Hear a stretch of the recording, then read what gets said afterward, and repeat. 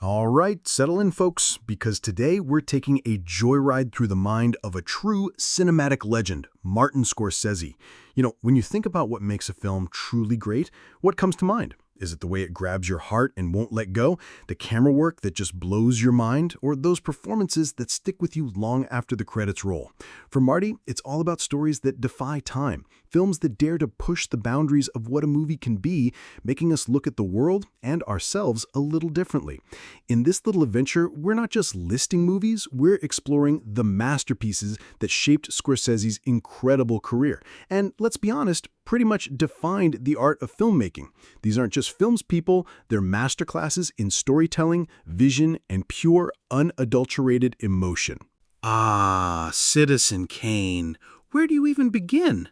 Orson Welles, at just 25 years old, 25, gave us the blueprint for modern cinema. From its narrative that plays with time like a mischievous cat with a ball of yarn, to its cinematography that was just, well, revolutionary. This film completely rewrote the rulebook. Scorsese, a longtime fan of Welles, has always raved about Kane's bold choices. It's the tragic tale of Charles Foster Kane, a man with all the money in the world, yet somehow he can't buy happiness. It just hits you, doesn't it? That intricate character study, that haunting dive into the abyss of power, it's just unparalleled. Directors to this day still point to Citizen Kane as the gold standard. Now, about that deep focus, where everything, front and back, is super clear, that was groundbreaking. Scorsese often talks about how that technique just pulls you in, makes you feel like you're right there, experiencing Kane's world. It's not just what the story is, it's how it's painted, visually. And that iconic rosebud mystery, that's what keeps audiences hooked, chasing that elusive answer to a man's very soul. Citizen Kane is where art and entertainment have a beautiful baby, and it's why it's a permanent fixture on Scorsese's list of cinematic masterpieces. Now this one, Taxi Driver, Scorsese's own creation, and it holds a monumental place in his career and the history of film. This is where the world met Travis Bickle, played by the legendary Robert De Niro, a Vietnam vet just trying to navigate the grimy, pulsating streets of New York, who slowly descends into madness. It captures the dark underbelly of society, the isolation, the anger, the sheer disillusionment. Even decades later, those themes of alienation, they hit home. For Scorsese, it's more than just a character study. It's a meditation on the American psyche. The gritty visuals, the haunting jazz score by Bernard Herrmann, pure genius, and that raw portrayal of urban decay make it absolutely timeless. Scorsese, who's known for his deep dives into flawed characters, really connected with Bickle's complexity. This dark, unflinching look at a fractured society was a turning point for him, allowing him to explore the psychological depths that would become his trademark. Taxi Driver is a brutal critique of American life, forcing us to confront the shadows lurking beneath the surface. Scorsese masterfully builds tension here. The streets of New York become a character themselves, creating this oppressive atmosphere where Travis's inevitable descent into violence just feels right.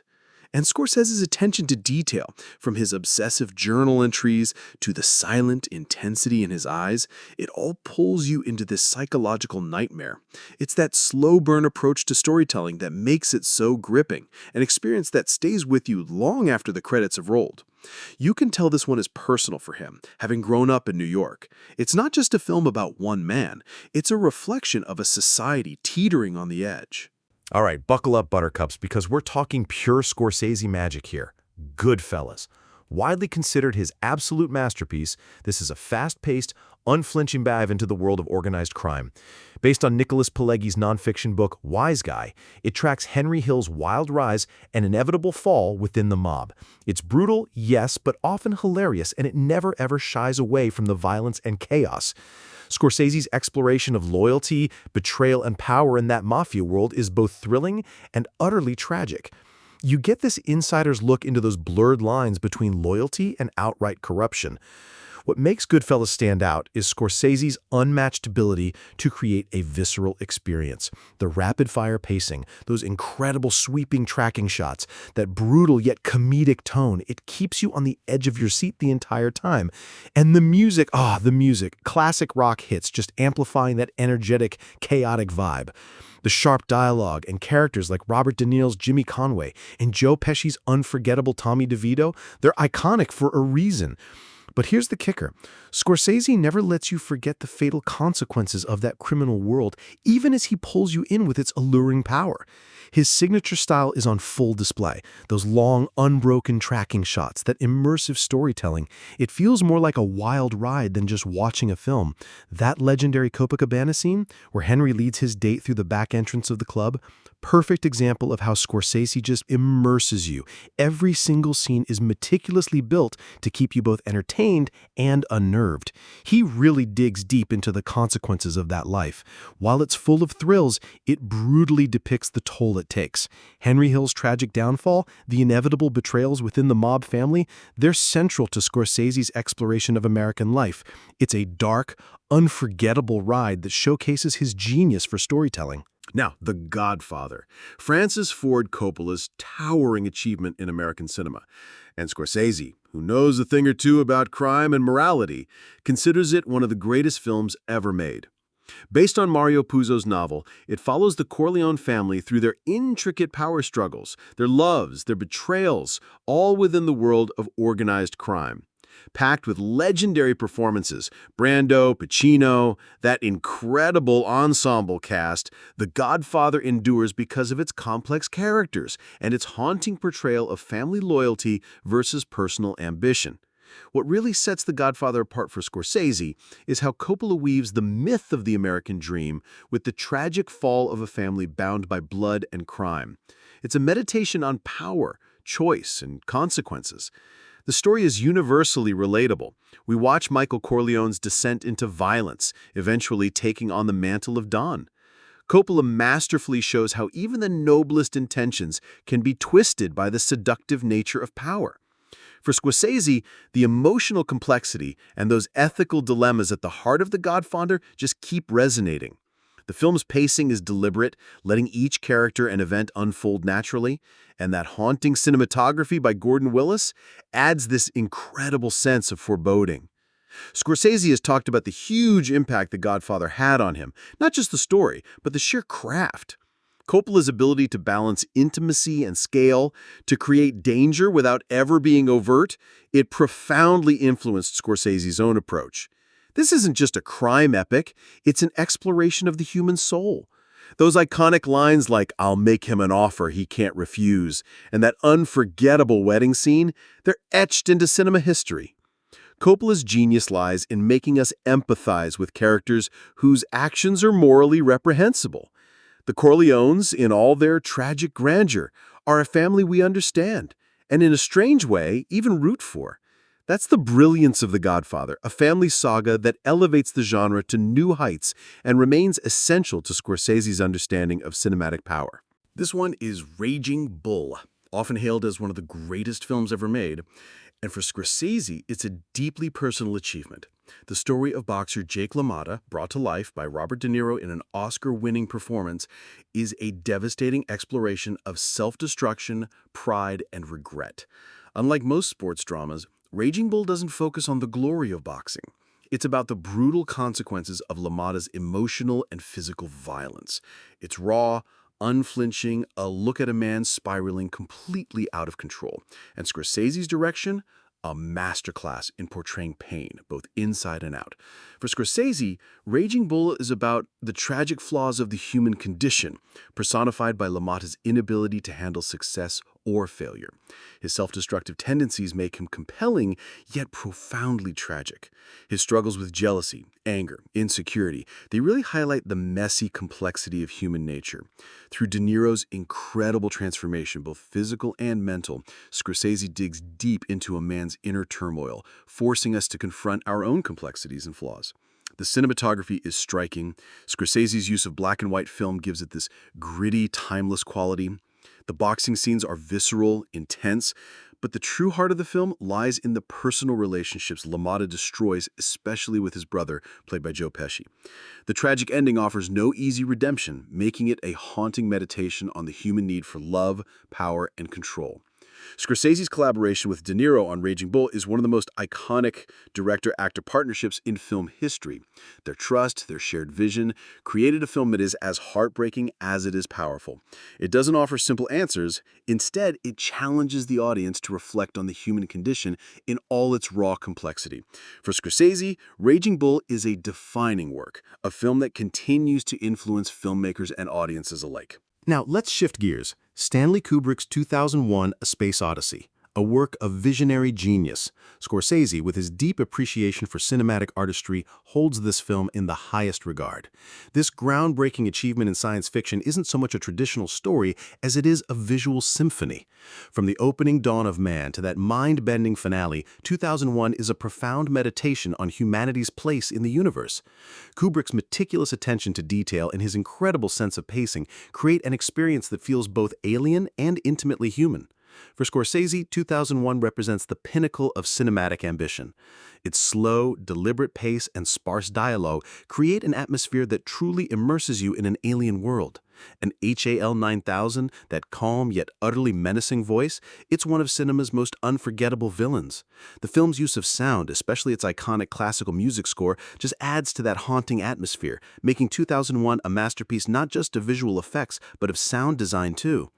Kubrick's ability to blend the technological with the philosophical is something Scorsese deeply admires.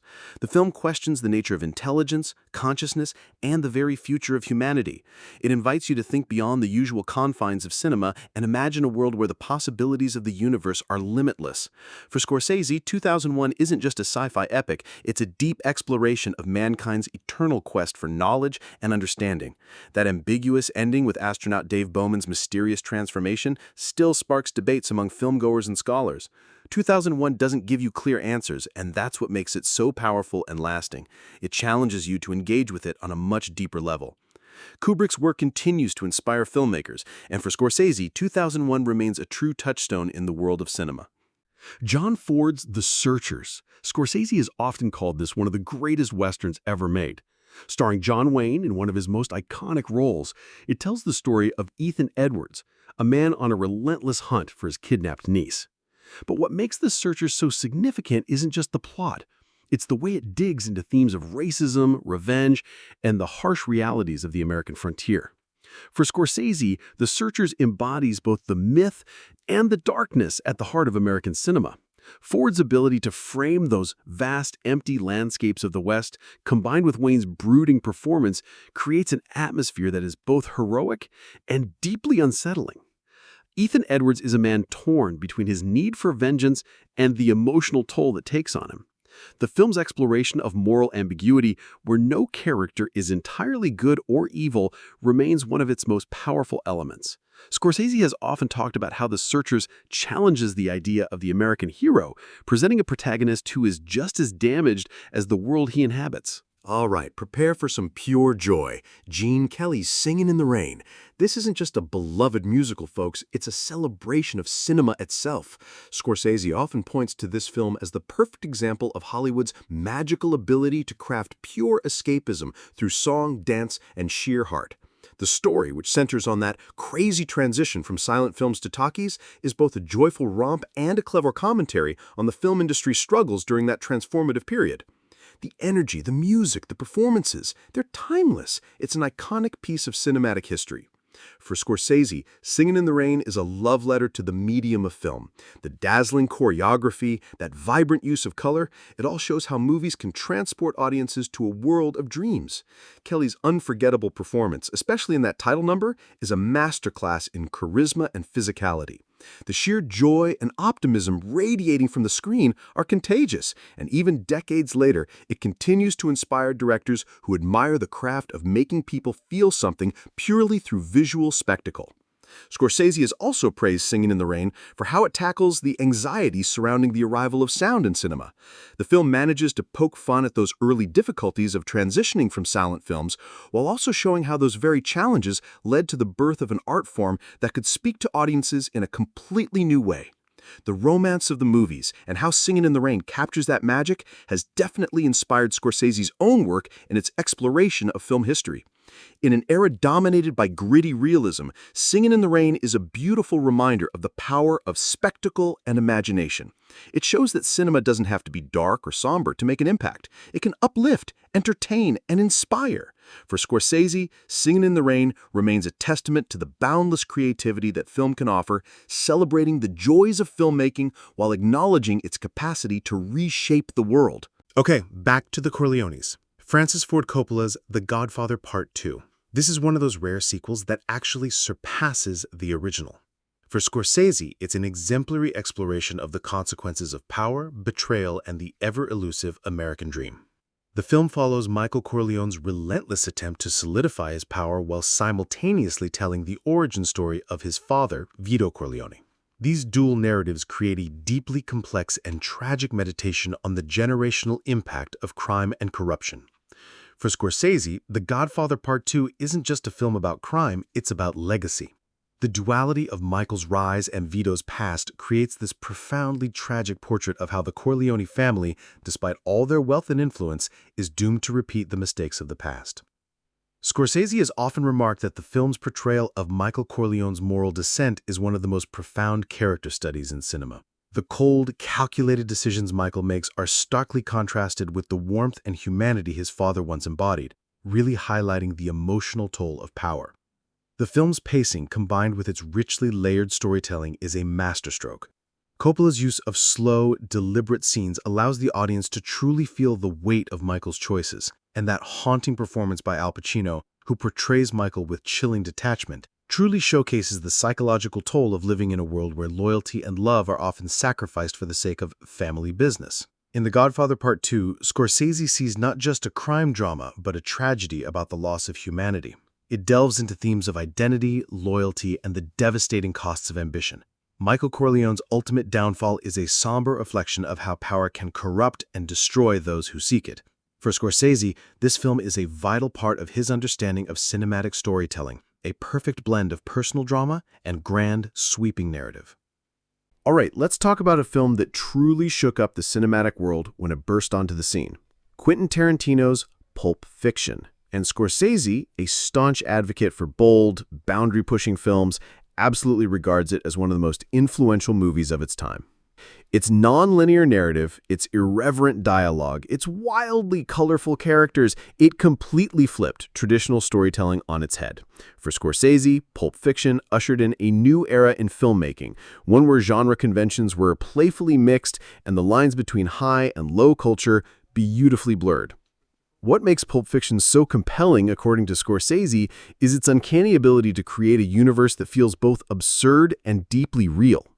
Tarantino's mastery lies in his ability to weave seemingly random moments, like a diner robbery and a mysterious briefcase with unknown contents, into a cohesive, utterly enthralling narrative. Scorsese has often praised Tarantino for how he breathes life into characters that might seem insignificant at first glance, transforming them into bona fide icons of pop culture. The film's audacious use of violence, humor, and that unforgettable dialogue created a completely new cinematic language, and its impact on popular culture is undeniable. Tarantino's references to classic films, mixed with his own irreverent style, were a breath of fresh air in the early 90s. For Scorsese, Pulp Fiction perfectly captured the chaos and unpredictability of modern life while simultaneously paying homage to the rich history of cinema.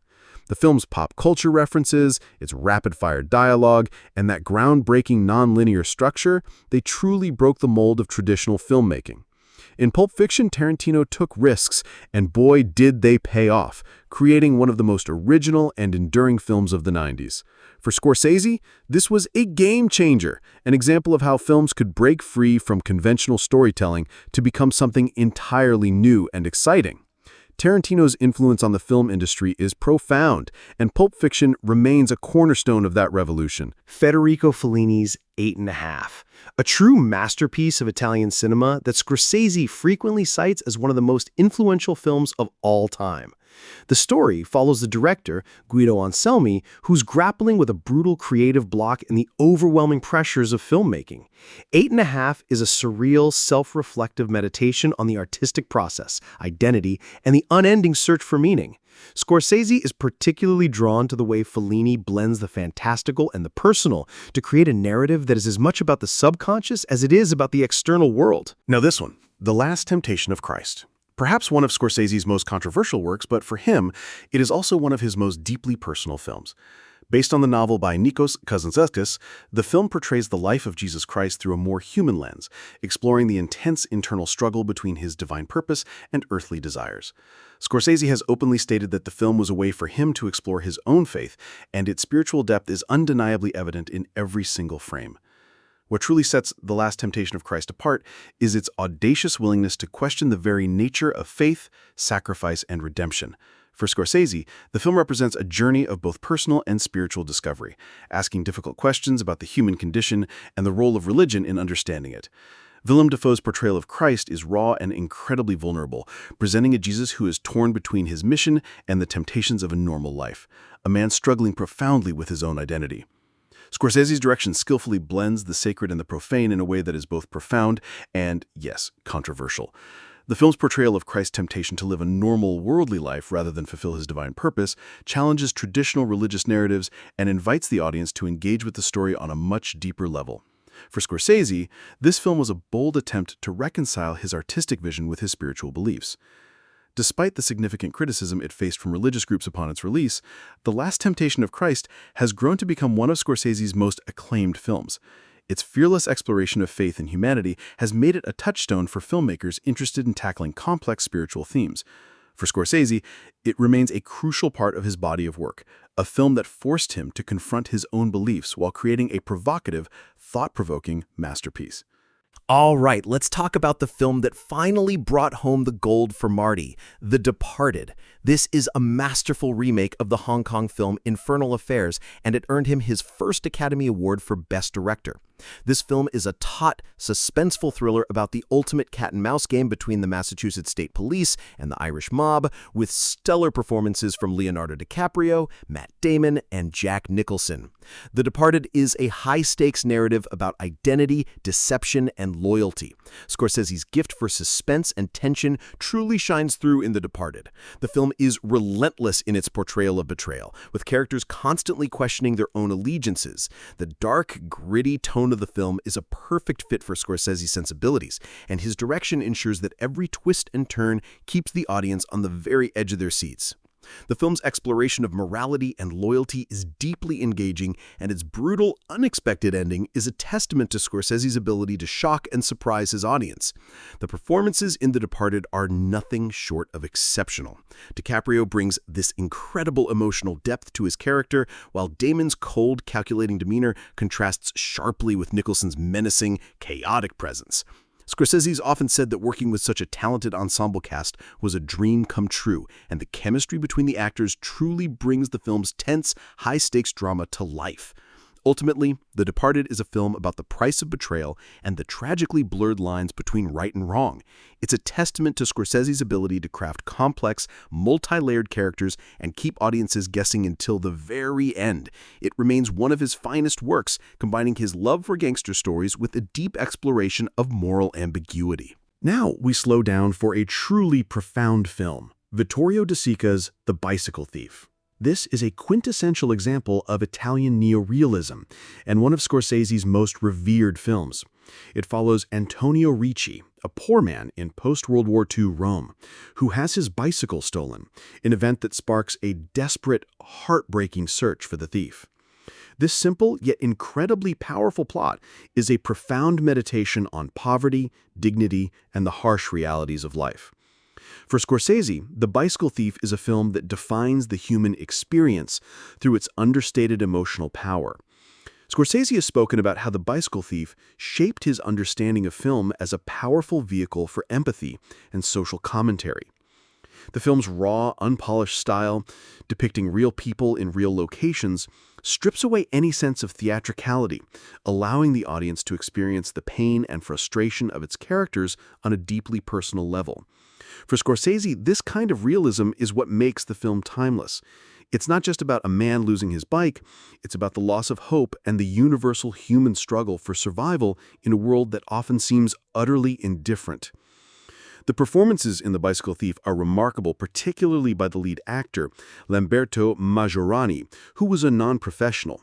His portrayal of Antonio's emotional descent from hope to despair is quietly devastating. Scorsese admires De Sica's ability to capture these subtle emotional shifts, and it's something he strives to emulate in his own films. The film's influence on Scorsese can be seen in his own work, particularly in his focus on character-driven stories that address social and economic struggles. The film's ending, which shows Antonio's moral dilemma as he considers stealing a bicycle himself, is hauntingly ambiguous. It forces the audience to question whether it's the system that is broken or the individual. The Bicycle Thief is a film that stays with you long after you've seen it, making it an essential part of Scorsese's cinematic landscape. It's a powerful reminder of the fragility of hope and the universality of human suffering. And finally, to wrap things up, we have Jean-Luc Godard's Breathless. This is the film that launched the French New Wave, and Scorsese has frequently cited it as a major influence on his own filmmaking style. The story follows Michel, a young car thief on the run, and Patricia, an American student who gets entangled with him. With its unconventional editing, those iconic jump cuts, and fluid camera work, Breathless completely shattered the traditional rules of filmmaking and gave birth to a new cinematic language that continues to inspire directors around the world. For Scorsese, Breathless represents the sheer freedom of expression that cinema can offer. The film's spontaneous, off-the-cuff style, particularly in its improvisational dialogue and fractured narrative, perfectly captures the raw energy of youth and rebellion. Godard's refusal to adhere to conventional filmmaking techniques was revolutionary, and Scorsese has often spoken about how Breathless taught him the immense power of breaking the rules. It's a film that celebrates cinema as a living, breathing art form, one that can evolve and transform in the hands of bold directors. The chemistry between Jean-Paul Belmondo and Gene Seberg playing the two leads just adds to the film's charm and allure. Their performances are effortlessly cool, their chemistry palpable, and their characters' recklessness perfectly reflects the anarchic spirit of the time. Scorsese has noted that Breathless offers an exhilarating view of a world without rules, where the possibilities of life are endless but also full of consequences. The film's fleeting moments of joy are often undercut by a sense of inevitable doom, a theme that would continue to appear in Scorsese's own films. In many ways, Breathless is a love letter to the medium of film itself. Its playful disregard for narrative structure, its fresh visual style, and its unabashed celebration of youth and rebellion make it an unforgettable cinematic experience. For Scorsese, it's a touchstone for how cinema can break free from tradition and truly capture the spirit of the times. Breathless remains one of the most important films in the history of cinema, and its influence on Scorsese is undeniably profound. So there you have it, folks. A journey through the films that have captivated, influenced, and shaped one of the greatest directors of all time, Martin Scorsese. Pretty incredible, right? Which of these films sparked something in you? Let me know.